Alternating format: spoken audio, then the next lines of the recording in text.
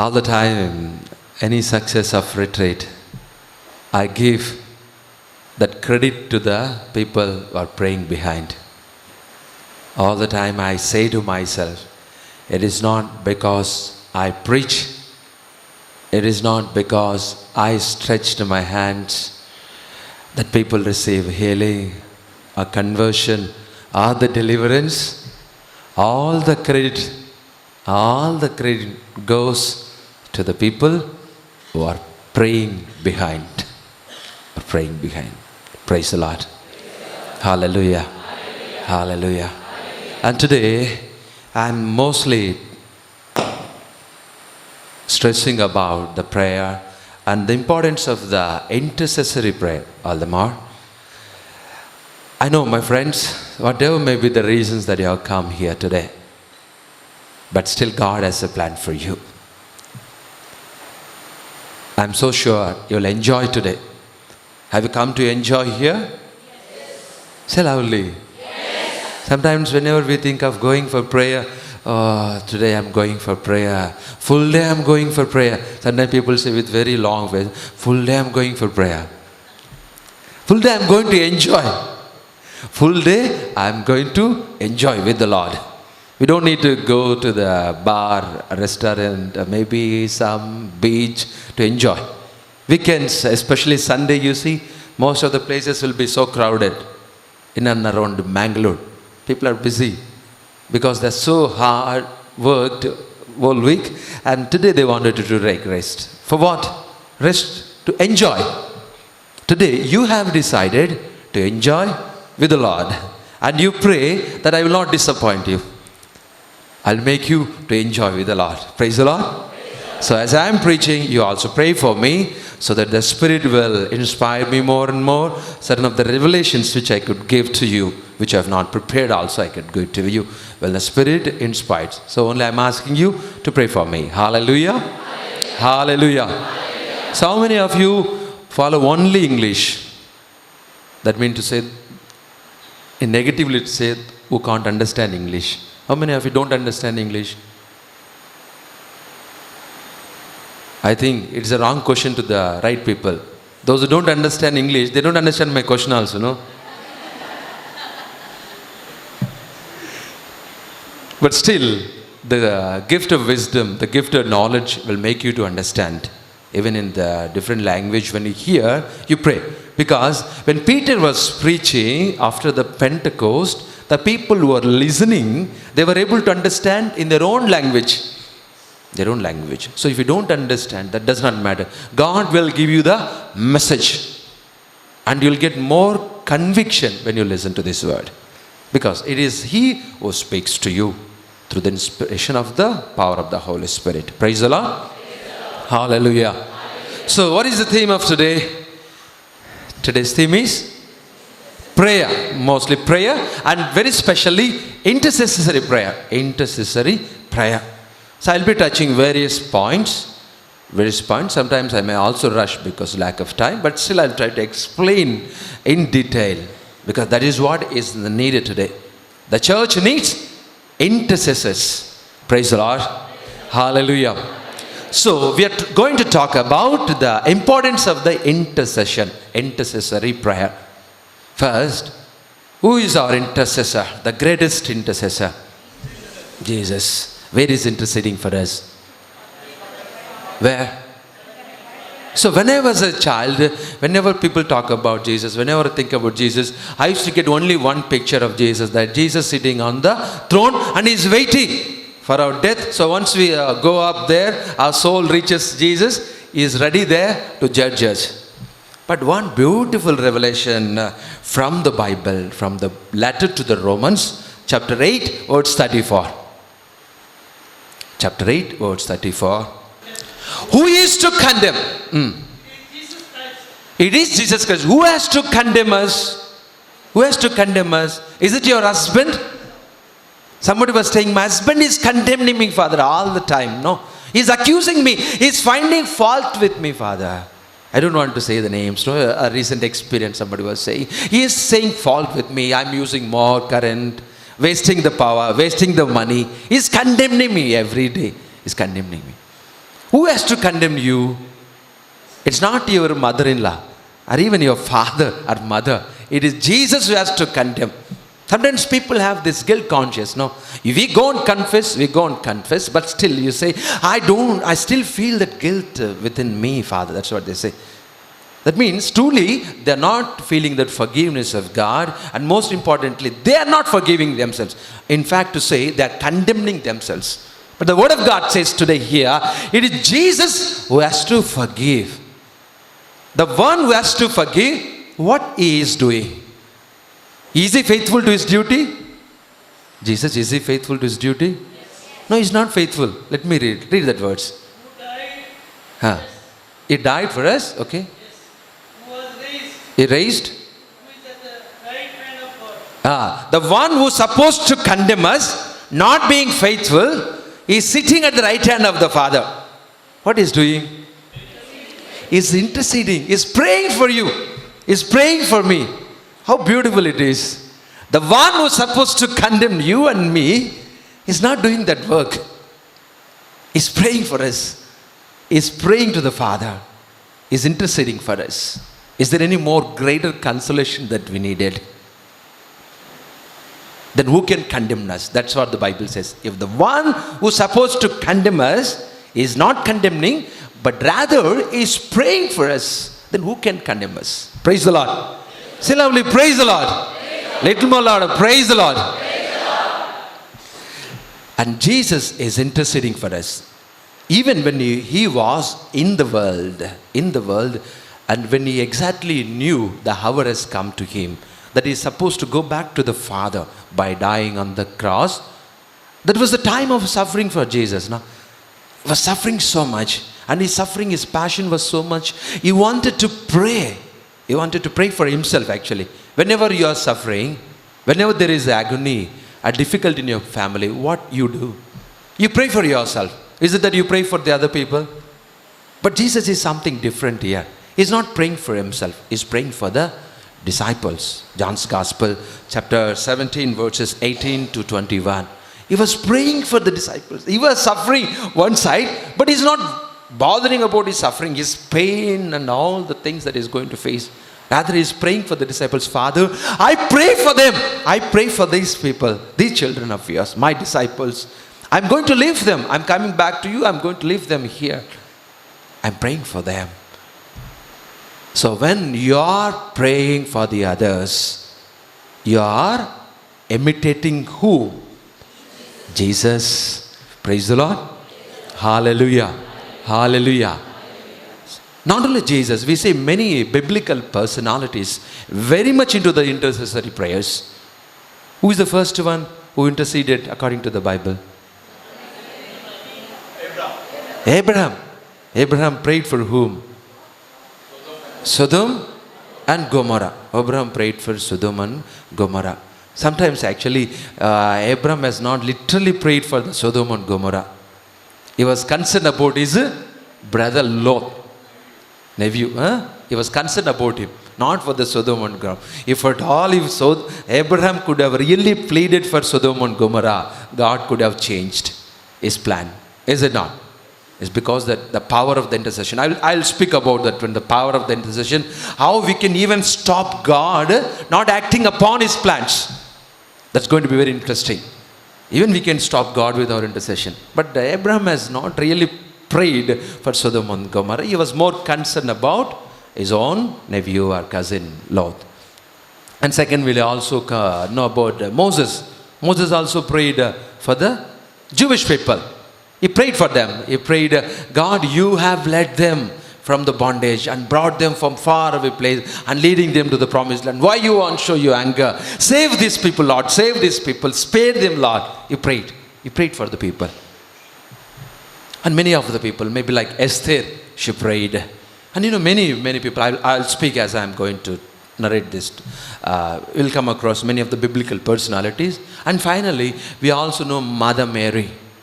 Mother Mary prayed, interceded. When did she intercede? Wedding at Cana. She interceded. She went to Jesus and she was interceding. My son, please help them. Please help them. They need your help. These are all the great people, so-called God-anointed people. They dedicated their life to pray for the others. Praise the Lord. Hallelujah. Hallelujah. Thank you, Jesus. So the Bible says, you and me should pray for one another. We should pray for one another. All the time we should pray for the one another. Letter to St. James chapter 5 verse 16. Therefore, confess your sins to one another. Okay, see loudly, little more louder. And pray for one another. And pray for one another. So when you are praying for one another, what you are doing exactly? What you are doing exactly? You are interceding, of course. Then what else? You are praying for maybe your neighbor. You are praying for a person whom you may be knowing. What you are doing when you are praying for that person? You are concerned. Just concerned. Huh? You feel love for that person. Please try to understand. Huh? When there is no love in you, you will not be praying for the other people. When there is no love in us, we will not be praying for the other people. Only when there is true love, we will be praying for the other people. Is it not? When there is no love, we will not pray. That's why whenever you are interceding for the other people, you are sharing in the very character, the nature of God. The nature of God. What is the nature of God? Loving. Is loving all the time. Love the people. Love my people. I love my people. That's what God says. No, very beautifully. So every time when you are praying, when I am praying, I am sharing in the very nature of God. We want to participate, everyone, in the nature of God. This is the way we can participate. Then second thing, what happens when you are praying? What you are sharing with that person, the person who asked you to pray. You are also sharing the suffering, so-called burden. You are sharing the burden of that person. If someone asked you to pray, you are praying really from your heart. This everybody needs to remember. Intercessor, you are sharing that burden. That's why sometimes you feel so sad. You feel so burdened, no? I'll talk to you about this burden also later. How we really feel very much burdened. When you come across this prophetic intercession, I'll talk this one. But we feel that burden. That's why in the letter to Galatians, chapter 6, verse 2, St. Paul says very beautifully. Galatians chapter 6, verse 2. Someone can. Bear one another's burdens. Bear one another's burdens. So someone is having financial crisis. Bear the burden. Does it mean that you just take some money from your hand and put it there? That may be one way, but sharing the burden. But more importantly, here, the suffering the person is undergoing, the burden the person is undergoing, you share it. By praying. By praying. Every time when you are praying, you are sharing the burden. Praise the Lord. Hallelujah. Say a little more louder. Hallelujah. Hallelujah. Thank you, Jesus. Hallelujah. So God knows His people needs a watchman. God knows His people needs a watchman. So He has set up some watchmen. For what? Watchmen for what? To watch. To watch. But these watchmen have some special quality. These watchmen have some special quality. What is that quality of this watchman? You and me are watchmen. Okay, first thing. You and me are watchmen. Every baptized Christian is a watchman.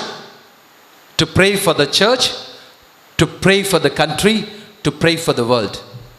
We are watchmen. For what? Watchmen in which sense?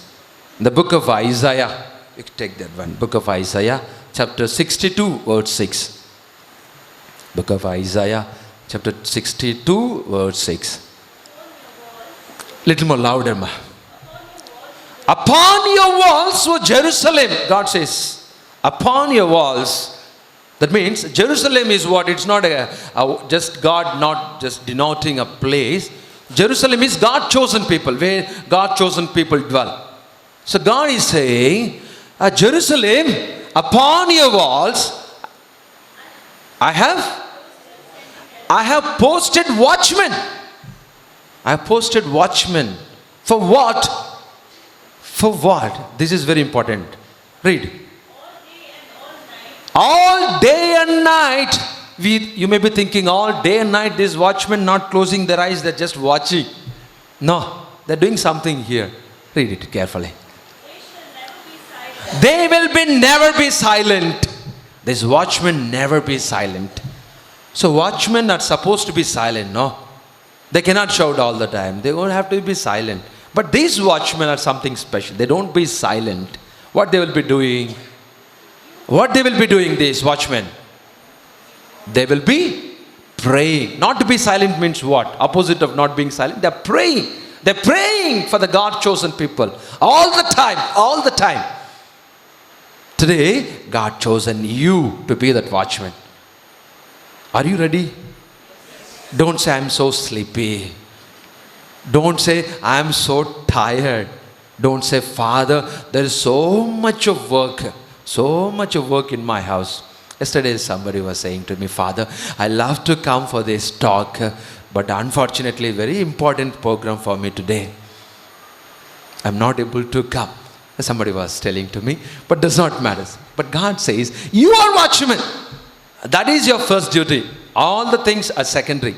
Secondary, whatever it could be, the secondary thing. Your watchman called to pray, never to be silent. And warn the people. When enemy is approaching, you need to warn the people. Praise the Lord. Hallelujah. Hallelujah. Hallelujah. Thank you, Jesus. Praise you, Jesus. Hallelujah. So whenever we pray for the other people also, you don't need to worry that God only help those people. That's the reason we don't pray for others. What I'm going to get it. If I pray for others, what I'm going to get it. But God also gave a beautiful consolation if you have that kind of attitude. To the book of Job, chapter 42, verse 10. God restored everything back to Job. So Job lost everything. You know the story of Job? Do you want me to explain again? No, you know, everybody know. Job lost his friend, no, not his friends, his property, his children, even his wife started to grumble against him, and he has to lose even his health finally. So that time, after the much conversion, after much discussions and so on, Job came to an understanding. He has to pray for his friends. He prayed for his friends. The friends who came to accuse him, he prayed for them. Friends actually has to console us, is it not? When we are in difficult situation, they have to console us. These friends have come to accuse Job. But when Job prayed for the people who accused him, so-called his friends, the Bible says God restored everything in return again. He gave him back everything. So when you are also praying for others, God is going to restore whatever that you needed for your life. Praise the Lord. Hallelujah. Hallelujah. Hallelujah. Say loudly, please. Hallelujah. Are you hungry? No. You're fasting? No. Praise the Lord. Hallelujah. Hallelujah. I'll make you fast again, huh? Not today. Of course, today is a day of the Lord. We don't need to fast. Otherwise, it's very important. Fasting. So when you pray, what exactly happens? When you pray, what happens? When you pray for others, what happens? God? So again you're saying God blesses us. God answers our prayers. Okay, then? Blesses us, okay? Okay? Something. God listens, okay? God? He fulfills our needs. But the one beautiful thing I want to explain from the Bible. When you are praying, when I'm praying, The heaven will wait to receive our prayers. Heaven will wait to receive our prayers. It's a very beautiful thing. What do you mean by heaven? Heaven doesn't mean nothing, something else. It's God himself, no? Wherever there is God, it is called heaven. So the Bible says, when you and me praying, they will stop all the work. They will stop all the work. Even the praising, worshipping, everything, it will be stopped. Just to receive your prayers. Just to receive your prayers. Some may be thinking, Father, don't tell all these stories you don't believe, huh? In the book of Revelation, chapter 7. Before that, 7:11 you read it. So what is happening every day in heaven? What is happening every day in heaven? Everybody is curious, no? Do you know what is happening every day in heaven? We don't know. Because we have not gone to heaven. What is happening every day in heaven? Read that verse. Book of Revelation chapter 7 verse 11.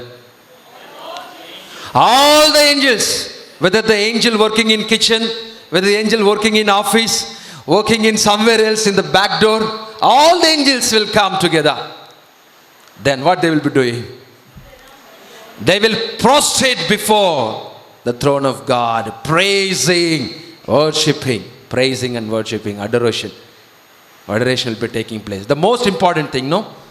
Holy hour is the most important thing. That means all the angels, wherever the business they are doing, maybe they are assigned work in Mangalore, assigned work in Kadapa, all the angels will come during that hour. They will come together and they will start worship and praise at God, no? That is the hour, the most important hour. During that hour, what happens? Book of Revelation, the same chapter, after that 7th chapter. Next is the 8th chapter. First verse, holy hour. Then the seven angels are gathered. Then, no, read carefully, very carefully. Okay? Okay? Okay? I will read it for you.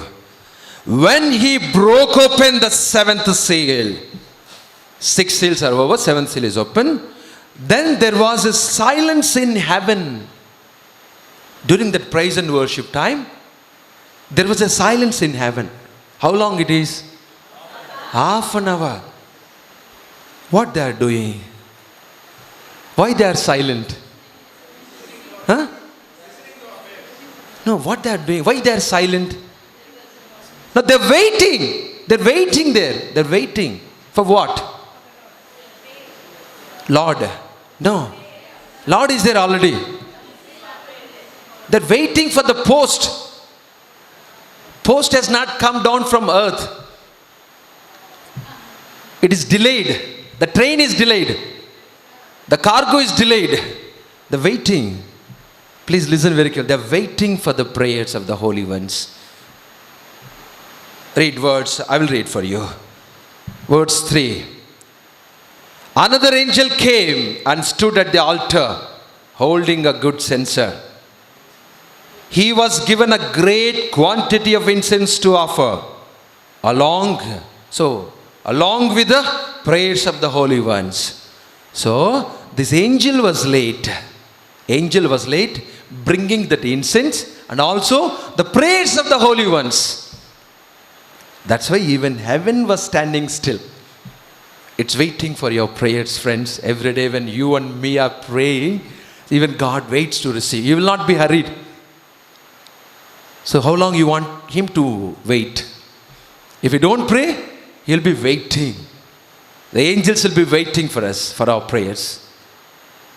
This is not something I'm saying of my own. This is all biblical, very biblical. God waits for the holy ones. Who are the holy ones? Chosen by God. We know 144,000 people were marked with that. And everyone who is praying for the other is a holy one. The Bible very beautifully says, God is waiting for our prayers. The heaven is standing still, doing nothing. Stopping even the praising and worshipping. What a beautiful thing. They stopped everything doing and just waiting what you are going to pray. How we are going to pray. So when the prayers have reached heaven, Revelations, the same chapter 8, verse 4, the smoke of the incense along with the prayers of the holy ones. See, I'm not saying something bluffing you, friends, okay? I'm not bluffing you. It very clearly says the prayers along with the incense went up before God from the hand of the angel. So angel was the one who was carrying both the incense and prayers. Along when the incense is offered, the prayers also went up to God. Went up to God. It is not after the second coming, okay? After second coming, there is no need of prayers. Is it not? No need of prayers. Everybody already judged. Whatever may be, heaven, hell, everything is decided. So don't think this revelation only after the second coming, this will be happening. No. This is happening every day. Every day it is happening. The heaven is waiting for your prayers and for my prayers. Praise the Lord. Hallelujah. Hallelujah. So don't make God to wait for a long time. Don't make God to wait for a long time for your prayers. Praise the Lord. Hallelujah. Hallelujah. Thank you, Jesus. Praise you, Jesus. Hallelujah. Hallelujah. So, when someone is praying for the other people, it is like you're filling the gap. This is what I was talking. You're filling the gap. Which gap you're filling? Maybe just to make you understand clear. In those days, when kings were ruling, around their fort, there would be a huge walls just to protect themselves. Huge walls. You know the Great Wall of China, the big ones. And even you see the kings here and there, you'll see the walls around that fort. This fort might have, the walls could have been built long ago, maybe due to rain or something else. Some places, there will be gaps will be created. Some stones could have been removed. Some stones could have been removed. During that time, if an enemy is invading, coming against them for battle, so what first they should do? They should protect. No, they should protect. They might have closed the doors of the wall and the fort, but still enemies can find out the gaps. They can enter through the gaps. Now enemies already approached close. They have come close. They are ready to attack. Then what these people should do, the soldiers should do? They should take some cement, stones, and they will build it. Do they build the walls? No. What they were doing is that they used to select some strong men with the shield. They will make these strong men to stand between the gaps. Strong men to stand between the gaps. So then they will not allow the enemy to enter in. What a beautiful thing. So God is taking this one and is saying in the book of Ezekiel, chapter 22, verse 30. So God is saying, thus I have searched among them for someone who could build a wall or at least stand in the breach. That means where they can enter, not the gap. Who can stand in the gap before me. Before me. So God is searching for some people. Who is searching here? The one who wants to attack is searching. He's not searching for the gaps actually. He is searching for the man who can fill that gap so that that man can protest him, can stop him. This is much more beautiful actually, you know. The God himself who wants to punish is trying to see whether how he can stop that punishment.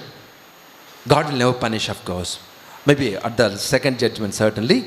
But no, some misery is going to brought. And God himself is saying, I am searching for somebody who can stand there and fill that gap. And he says, before me, to keep me from destroying the land. Very well he says, to keep me from destroying the land. So God is searching for some holy ones who can stand in between and stop God from destroying that people. How beautiful it is. So He's searching for you and for me, who can stand in that gap. How we can stand? Can we take a shield? Yeah, we need to take a shield. What is that shield? Prayer. So God is saying, if someone is standing like that, I cannot get inside. He Himself is saying, if somebody is standing there, I cannot get inside. They will be stopping me from destroying that land. You should be standing around these walls of Mangalore, so that enemy will not enter into that. In between, you should stand. So God will say, maybe some impious people are there. Maybe the people are against church, against God are there. God's wrath may come upon. But when you stand upon, in that gap, God is saying, I cannot enter. I cannot enter inside. I cannot enter inside. But God says very sadly here, finally says, I found no one. I found no one. How sad it is. No one is there to stop me. Dear friends, when we pray, you are prophet anointed by God. God will plead you. Please don't pray. Please stop praying. Please stop praying. Please stop praying for these people. God will plead you. You know that? God will plead you. God pleaded Prophet Jeremiah. He pleaded him. He pleaded Prophet Jeremiah. Jeremiah, enough praying for these people. You don't pray. You're praying, I'm not able to do. I'm not executing my plan. You don't pray for them. Please, Jeremiah, you stop praying. I know I anointed you. I consecrated you as a prophet. But now I'm pleading you. You stop praying. You stop praying for these people because you're praying, I'm not able to do. You're praying, I'm not able to do it. So God will plead, friends. Jeremiah 11:14. God will plead us. Please, holy ones, anointed ones, stop praying. I don't want you to pray anymore. I don't want you to pray for anyone. Because their sin has become so great, the time has come now. So that's why God says, don't pray. If He will plead us, if you're praying. Praise the Lord. Hallelujah. Hallelujah. Hallelujah. Chosen ones, lift up your hands and say, Hallelujah. Hallelujah. Hallelujah. Thank you, Jesus. Praise you, Jesus. Hallelujah. Hallelujah. Hallelujah. Hallelujah. Then for what we should pray? For what we should pray? We know we should pray by all means. For what we should pray? For whom we should pray? The various, I will be giving it to you. First thing, we should pray for the sick people. Sick people. It could be your husband, maybe wife, your child, even your neighbors, unknown people, strangers, non-believers, whomever it can be. You need to pray for the sick people. James 5:16. You know these words very well. Pray for the sick people. Then you should pray for the authorities. Which authorities? Maybe your state authorities. I still remember people praying before the elections. No, praying. So you should pray for your authorities. Never hesitate. Don't feel shy to pray for your authorities. To give the kingdom of God bring His own God-chosen ones. That's why we know the circular has passed from CBCI that you should make a Jericho prayer in every parish. Jericho prayer. One priest was asking me, what is Jericho prayer? Because he got circular and he is very much interested to know that. He was asking me how is the Jericho prayer to make and so on. So this is a sign that church is asking us to pray for the authorities. We don't mind sometimes praying, what is for me? Anyone come into the rule, what it matters for me. But the Bible says you should pray for your authorities. 1 Timothy chapter 2 verses 1 to 2.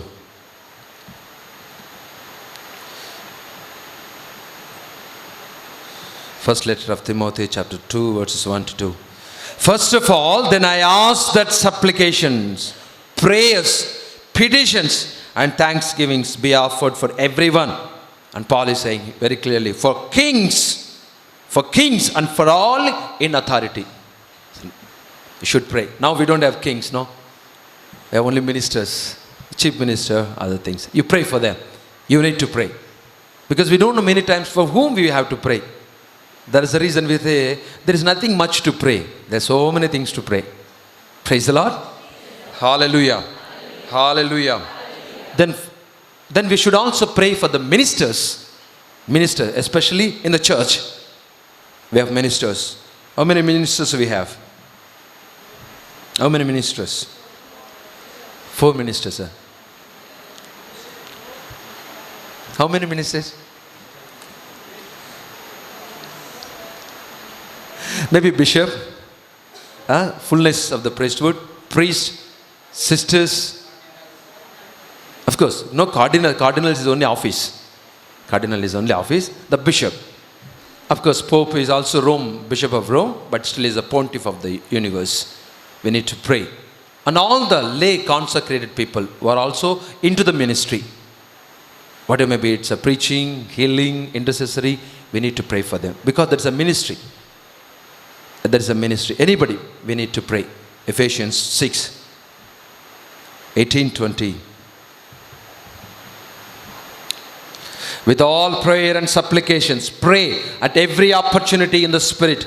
To that end, be watchful with all perseverance and supplication for all the holy ones, for all the consecrated ones, all the ministers. Holy when you become holy. When God consecrates, you become holy. Not that we live a maybe sinless life. No, when God consecrated, you become holy. When God chosen for His ministry, we become holy. So it's saying you should pray for all the ministers of the church. Everybody, whatever ministry you are doing, visiting families, that's also ministry. Going and consoling somebody, it is a ministry. You are doing it. Don't think only you preach, you are doing a ministry. Don't think only you are healing, you are doing ministry. No, you are singing. No. Even you go and console somebody, you go and visit somebody in the hospital, you are doing a ministry. And Bible says we need to pray for all these people. And second thing, and next thing is that we need to pray for the missions. Missions, we need to pray for the missions. How many people are praying for the missions? Very few people. Christianity entered into India how many years back? 2000 years back. So what is the percent of Christians in India? 2%. So all the zeros you remove, only 2 is left. Only 2%. For 2000 years, only 2% Christians. Why? The reason is that we're not praying. We're not praying. Jesus says very clearly, you need to pray for the laborers. You need to pray for the laborers. You need to pray for the mission. Because I know very much into the missions. Because I'm also working in the mission. The missions are not growing. We have to pray. We are not against any religion, friends. We are not against religion. But we need to spread the kingdom of God. The truth we have to give. We don't need to have any anger against anybody.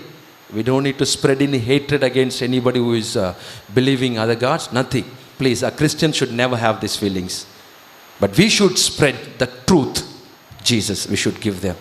So if you don't pray, the missions will not expand. You have to pray. You have to pray. So I know some people, when I last year only I entered this mission, I asked the people first to pray. And whenever I meet some people whom I know that they pray, I ask them pray. So this year we had baptisms apart from the children. Leave the children, infants, 6 years, 4 years children. Only within 1 year we had 67 adult baptisms. All the credit I give to the people who prayed. They prayed very strongly. If it's not, then not possible in that place where is the strong feelings against us. So to give baptism to the 67 people. Praise the Lord. Hallelujah. Hallelujah. Then also we need to pray for the souls in the purgatory. We should also pray for the souls in the purgatory. Then how to pray?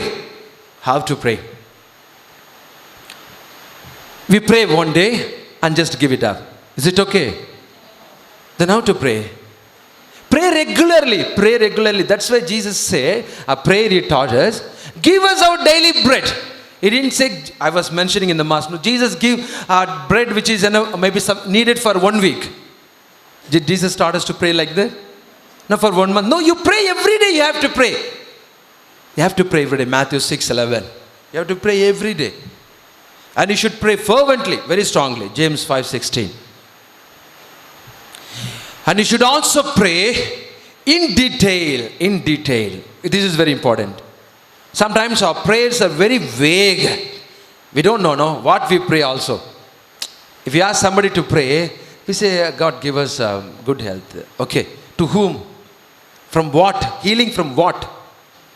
You are praying for a cancer. Sometimes people, they can't pray, God heal him from the cancer.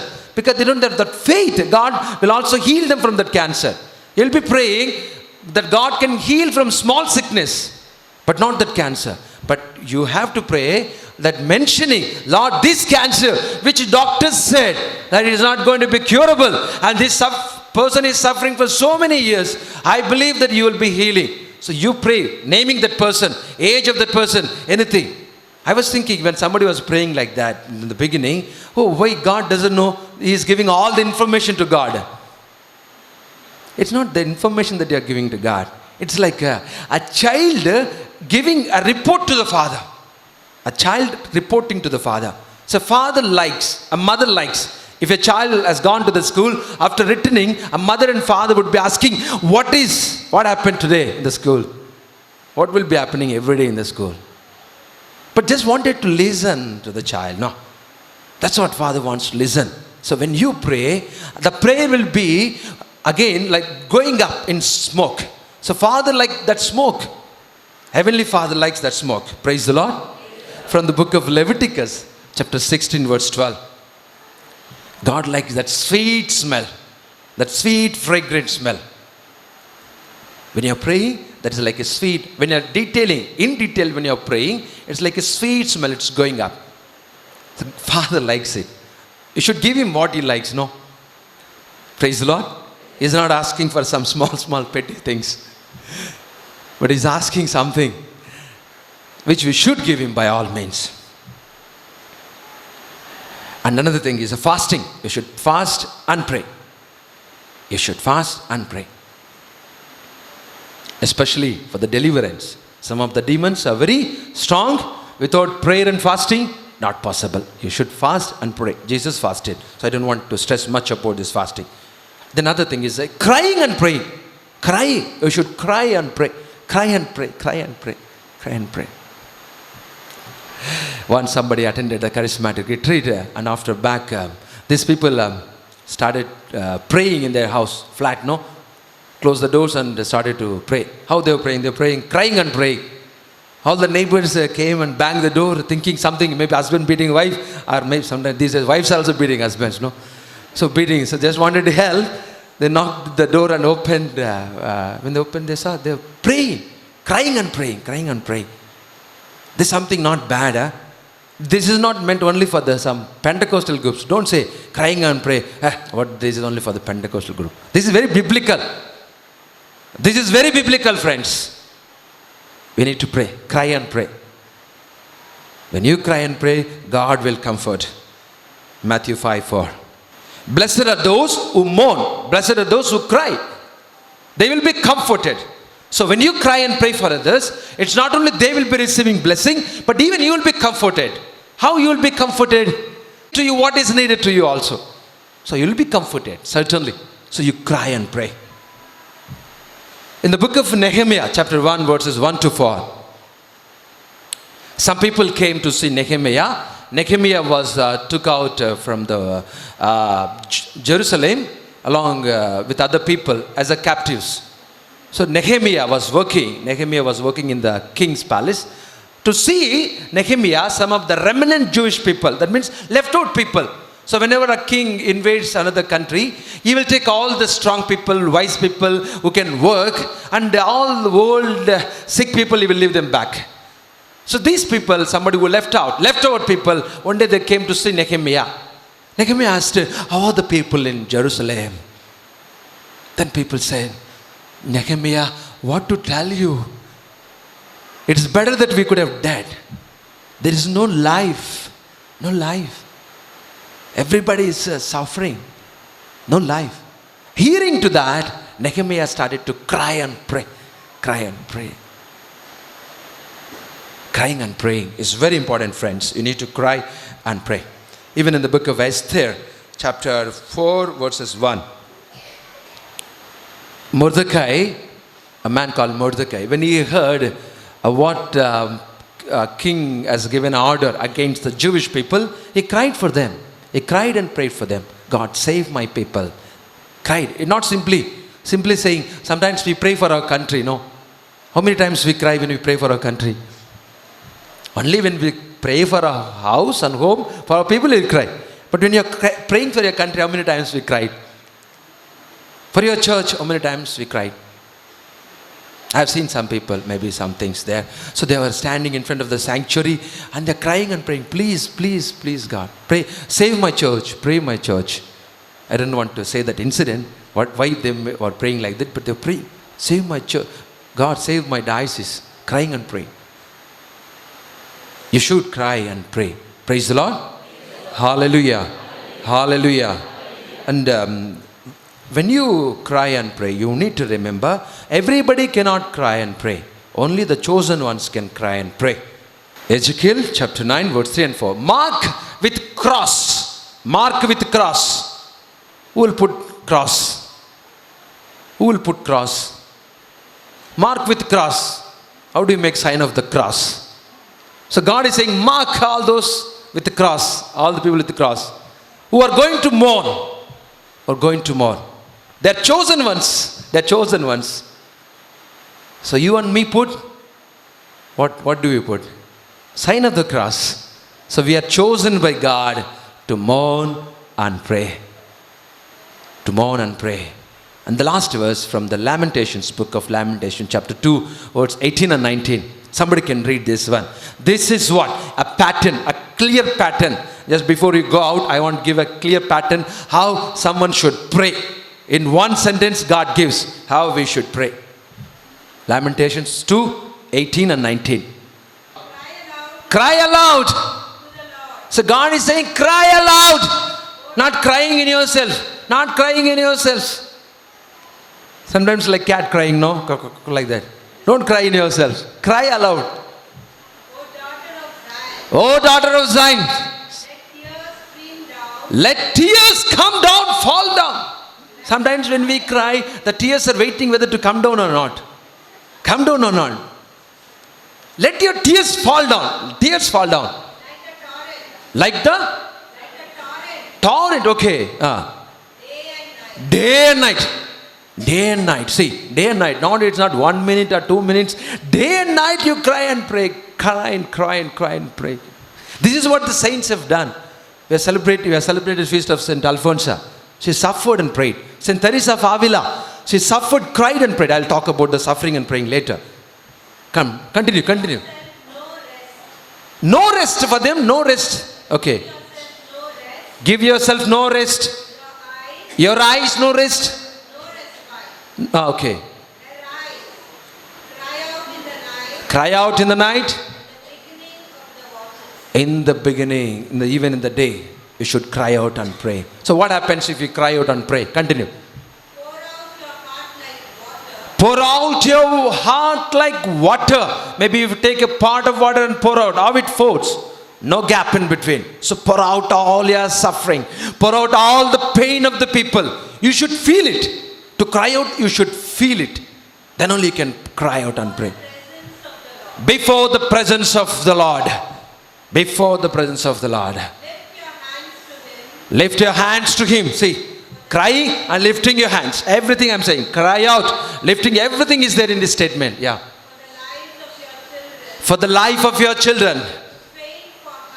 Okay. Everything. Okay. That's the thing, the beautiful thing. God will give it to you. One testimony I just wanted to give you before we wind up this session. Once I went meet a priest around in the afternoon. Usually priests, they have the habit of taking rest in the afternoon. Something 2:30, 2 o'clock, 3 o'clock, something like that. So I just went to his room first, knocking the door, and the door was closed. There was no lock outside, maybe some other lock system. No, we put the key. I was just thinking the priest is sleeping. I was banging the door because it's something important. I want to communicate to him. Banging, but no response. Listening to my banging, I was just shouting. A cook came out and she said, Father is not there, he is outside. Then I thought maybe he's somewhere in the garden. I'm not getting sleep, walking in the garden, something. Then I was searching somewhere here and there. Finally, even I have to go to the church, but I never expected he will be there inside the church. That's not the time to be in the church, no. Maybe in the morning hours, certainly evening hours. Church doors are closed. When I went close to the church, everything is closed, windows closed. I could hear somebody crying loudly and praying. I thought maybe this is not the right thing. I don't know what is inside. But I took my strength and courage. I pushed door open. I've seen the priest lifting up hands, crying and praying for his people. Not for himself, friends. He's praying, crying, lifting up his hands and praying. Very beautiful thing. Not only the priest, everybody, any anointed ones. You're royal priests, no? You're royal priests. We are only ministerial priests. You're royal priests. You're royal, we are ministers. You have to pray more.